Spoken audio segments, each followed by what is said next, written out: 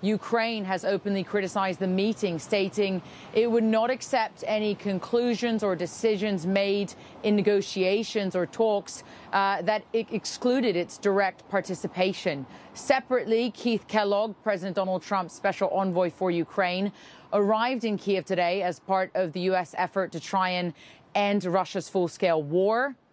Upon his arrival, Keith Kellogg stated that his mission was to listen to Ukraine's concerns and relay them to the White House. He acknowledged Ukraine's calls for security guarantees and reaffirmed U.S. support for the country's sovereignty.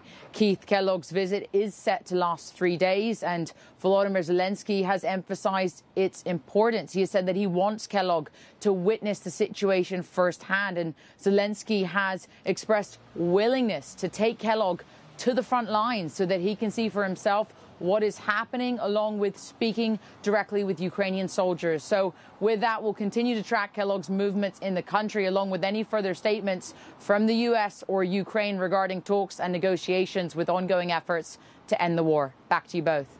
Shelby Wilder, we appreciate the update and stay safe, please. Joining us now, a member of Ukraine's parliament and leader of the Golos party, Kira Rudik. I wanted to get that right. Kira, thanks for coming on. Hello, Bob. Hello, Katrina. Thank you so much for having me. Your thoughts on how things are going this far? Well, it is very hard to be in Ukraine right now, and I wish in my career as a politician, I never had to explain to people who have lost everything in the war some of the statements of U.S. president. It was very painful to people whose children has been kidnapped to Russia, to people who are fighting at the front line, to people who are living the terrors of the war every single day. It is sad and terrible how people who are not involved in the war at all, losing lives, family members, loved ones, and children, as you said. We know that Russian President Vladimir Putin has even kidnapped Ukrainian children. And again, so there's nothing acceptable about that.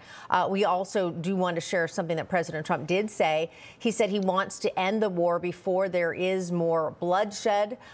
Listen to what he said here. I don't want all these people killed anymore. I'm looking at people that are being killed, and they're Russian and Ukrainian people, but they're people. Doesn't matter where they're from on the whole planet. And I think I have the power to end this war. And I think it's going very well. Kira, your response to that? Katrina, I truly believe that President Trump has best in his intentions, but it's very clear that Russia has attacked us and they are aggressor, and the war would be over if Russia would just stop doing what they are doing, constantly attacking us and committing all kinds of the war crimes. There is not another nation in the world who wants peace more than we do, because we suffer the most. We suffer it every single day. And so we want to end it, but we want to end it the way that it would not return. We have been in so-called ceasefire with Russia since 2014.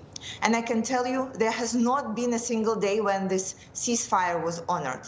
This is why when we are saying that we need security guarantees, we need to understand this will not be repeated, and that whatever the agreement there is, that it will be actually executable. And it will not only be what Ukraine has to give up on, but it will also be a guarantee that Russia will not return to us. And right now, we did not hear, are United States ready to provide those guarantees to us? Are they going to make sure that Russia would not attack us again? And if that would happen, what's going to happen next? So do you disagree with them sitting down, the Trump delegation and eventually President Trump with Putin, to discuss peace and put an end to this war? If it will bring the peace closer, we would support that, but I do not believe that this would bring peace closer. Because right now, Putin is trying to fool the world. We have seen that many times before, and we are seeing that now. It will be very easy for him to stop, even to stop while the negotiations in Saudi Arabia are going. But the Kyiv was attacked again and again and again. We do not see any real sign that Russia wants peace. All right, Kira Rudik, we got to leave it there. We appreciate you coming on, and we certainly wish you all the best of luck moving forward. Thank you, Kira. Thank you. All right.